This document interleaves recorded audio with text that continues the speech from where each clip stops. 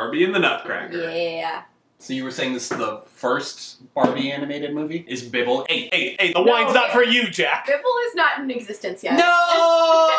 I got his name right, Bibble? Yes. Alright. The only thing I have ever seen from any Barbie movie is a chaotic clip of 5 minutes of Bibble chaos. Yeah, if you don't know Bibble, he's from Fairytopia. He's kind of like a Puffle from Club Penguin, except he can talk and fly. Alright, but he's not in this movie. No. Alright. So we're just nutcrackering it up.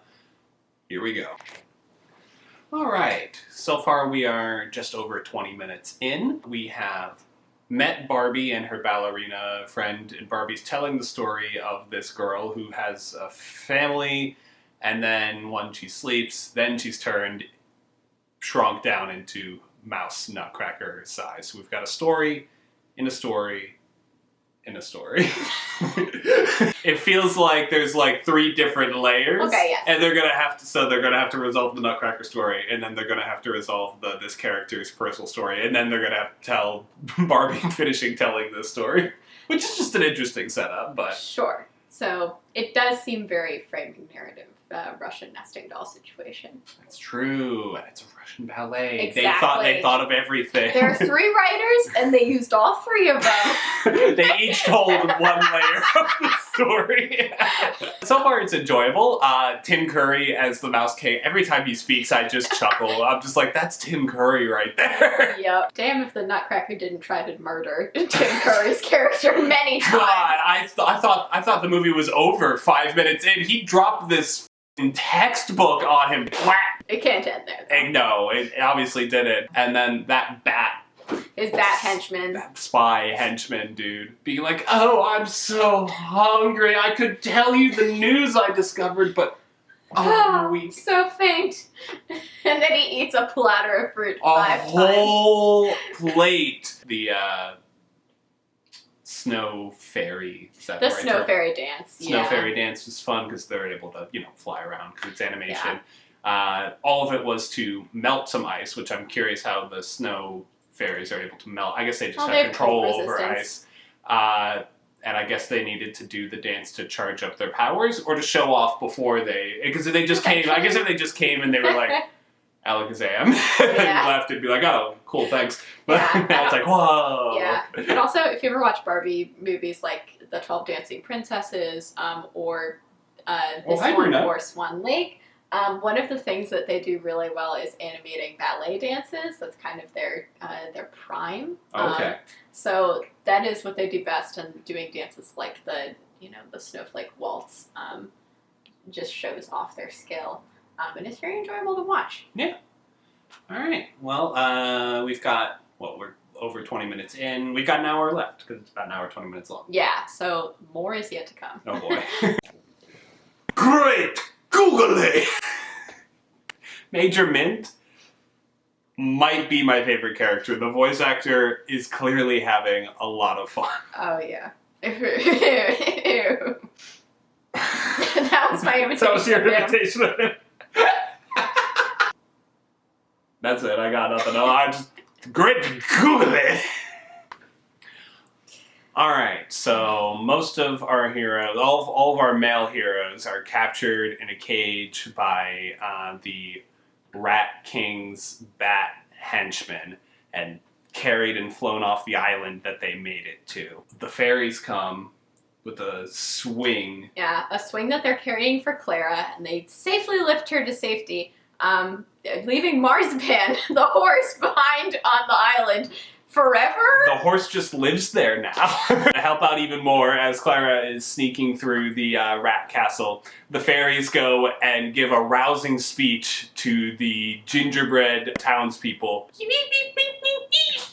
And they're like, you're right, it's time we stood up to the mouse! Yeah!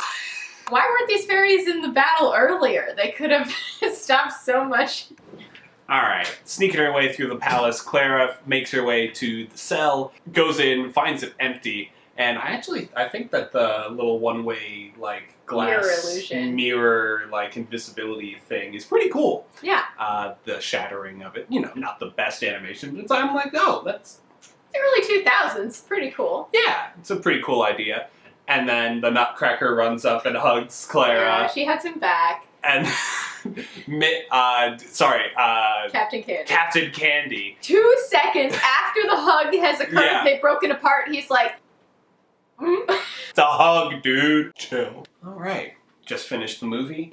Yeah. How was it compared to how you remembered it as a kid? Very similar. There were just a few parts that a few beats I strongly remembered of the plot, and then other ones that I was like, oh yeah, this is what happened. I thought it was, for let's watch Barbie Nutcracker. I was like, okay, I think I know what we're getting, and it was the best version of what I thought we were getting. Like, it was fun. Yeah. I could totally see kids enjoying that. There were some moments where the animation, I was like, all right, yeah, no. Especially the Mouse King escaping into the sewers. It kind of looked like his image on a Word document and just kind of like... But some moments were fine. Like, especially the dancing, I thought they did well. Because they have, the credits are up right now. They have, actual, dancers. Yeah, model performers to help them model the motion and do motion capture. And this came out in 2001, so they started working on this in the late 90s. And considering the time, just what it is, I think taken on its terms, it was a good time. Yeah, and it keeps a lot of the fantastical elements of the Nutcracker while giving it a pretty cohesive plot, I would say. Yeah. We'll never know what happened to Marzipan. Marzipan just has her own island now. She's living there, still hitched up to the chariot, which is a bit of a bummer, because no one unhitched her. Yeah, it's something that you could definitely put on for kids of, any, at a certain age, they're going to be like, I don't want to watch Barbie movie, but, young kids, this can go on for any age. There's nothing offensive in it, except for the fact that the mouse gets murdered at the end. Forgot about that. The child straight up murders the Mouse King. He's flying away with his bat. She yeets a snowball, snipes him out of the air, and he falls from above the height of a building. And that's the last we see of him. So he's dead. He's dead now. He was murdered by a child. But it's okay if a villain dies. Yeah, and villain dies, mouse, and the kid seemed happy that she murdered, so, good for her. Thank you very much for watching. If you watched any of these Barbie movies growing up, let me know what you think down in the comments below. Yeah, let us know if there are any others that we should watch. Oh. One with Bimbus? Bibble. Bibble. Thank you so much for watching, and have a good week.